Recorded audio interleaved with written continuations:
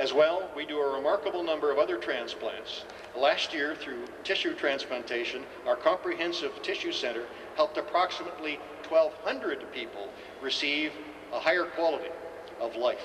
And of course, with the breakthrough, the Edmonton Protocol announced last year, we are the world leader in islet cell transplantation.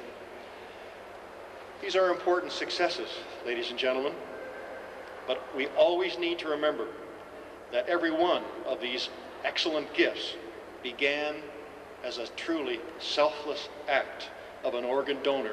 And it just may be, you know, the ultimate kind of kindness.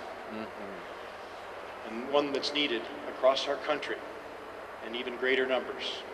But I suspect that's what Minister Rock will touch on. So ladies and gentlemen, now it's my pleasure to introduce to you the Minister of Health for Canada, the Honourable Alan Rock. You know that I'm allowed to leave at the end of the afternoon. Thank you all for being here to be part of this occasion.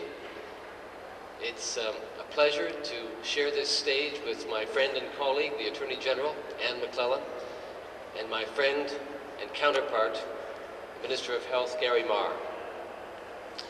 We're here today, as Neil said, to talk about a health issue of enduring and increasing urgency in Canada. Not just here in Alberta, but across the land. It's at once a very personal and a very public issue. It is, of course, the donation of our organs and tissues for transplantation so that others may live on. The subject touches the lives of so many people across Canada, so many people in this room, and I'm delighted that we have here today people who've received donated organs and representatives and members of families of those who've donated them. One of the hard lessons of life is that sometimes out of great tragedy can come reason for great hope. And words cannot express the value of the gift made by those who fill out their organ donation forms to share their lives and tell their families to share their decisions. We sometimes wonder these days where our heroes are. Well, they're all around us, and many of them are represented here today. Their private acts of kindness and of humanity involve so much of the public good. And we owe so much to the families who, in their immense grief at the loss of a loved one, see the enduring good that can come out of an otherwise tragic situation by permitting organs and tissues to be taken so that others can continue to live. Last year alone, some 1,800 organ transplants took place in Canada, almost 5 per day, and the rate of success is truly astonishing. With the current state of medical science, with the expertise of the health professionals like those here today. In most of those cases, a tragedy for one family made it possible for another family to have the joy of seeing a member continue with a healthy life. And yet, in far too many cases, organs and tissues that could have saved lives were not available. Last year in Canada, 147 people died waiting for a transplant. Some 3,700 Canadians are right now on lists waiting for the phone call from the doctor or the hospital, waiting for the call to say that an organ, a heart, a liver, a kidney is available. And sadly, the gap between the number of organs and tissues that people need and the number that are actually available continues to widen. And the cause is clear.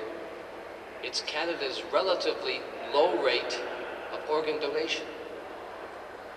For many reasons, we have fewer than 14 donors per million people nationally, one of the lowest rates in the industrialized world. I think we can all agree Canada can do better. And I know we can all agree Canada must do better. Ministers of Health have agreed on a coordinated national strategy. And today, we're beginning the process of putting the elements of that strategy in place with a series of actions that will help build a strong national organ and tissue donation and transplant system. The plan has 5 parts. First, awareness. We will implement a national public awareness campaign to promote organ and tissue donation across Canada, developed in partnership with the Canadian Liver Foundation, provincial and territorial governments, and various other non-profit organizations. Awareness of what? Well, first of all, awareness of how each of us, wherever we live, can express our desire to donate organs and tissues at the appropriate time. Second, awareness of how important it is for us to discuss that intention with members of our family and with our friends.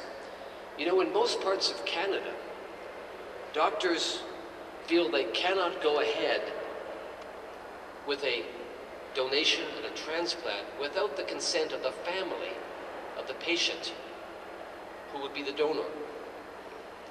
And if we haven't talked it over with our family members, they'll have a tough time making a difficult decision under very stressful circumstances. In fact, studies have shown that 96% of relatives agree to the organ donation if they already know the wishes of the patient who will be the donor. Only 58% of relatives will agree if they have not been included in the process of discussion in advance. In order to help us with this process of awareness, I'm delighted to say that Her Excellency the Governor-General of Canada has agreed to participate in the campaign as an honorary patron. And speaking of awareness, I want to acknowledge the presence here today of a man who is himself the recipient of a donated organ, whose life was renewed as a result, and has been spending the last few months walking across the country, carrying a torch, talking to families and Canadians along the way, bringing home the point that we should all be aware of the importance of organ donation. George Marcello, congratulations and thank you for what you've done. Thank you, George. Way to go, George.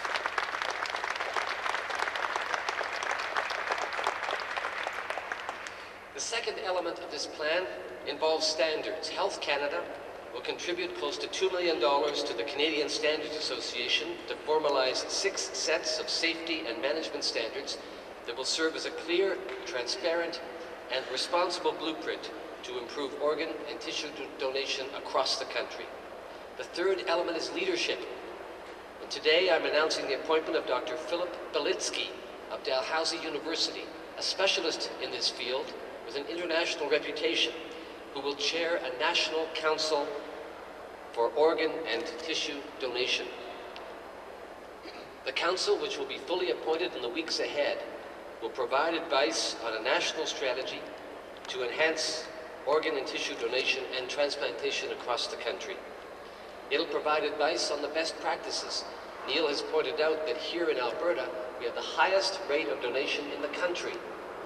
We have to find out what you're doing right and share that experience with governments across Canada. Also to deal with ethical issues, to invoke public discussion of some of the ethical questions, and through dialogue, arrive at a consensus. The Council will have 15 members, including representatives of key professional donation and transplantation organizations, non-governmental organizations, the ethics community, spiritual and pastoral care community, and representatives of transplantation recipients as well as donor families. The fourth element is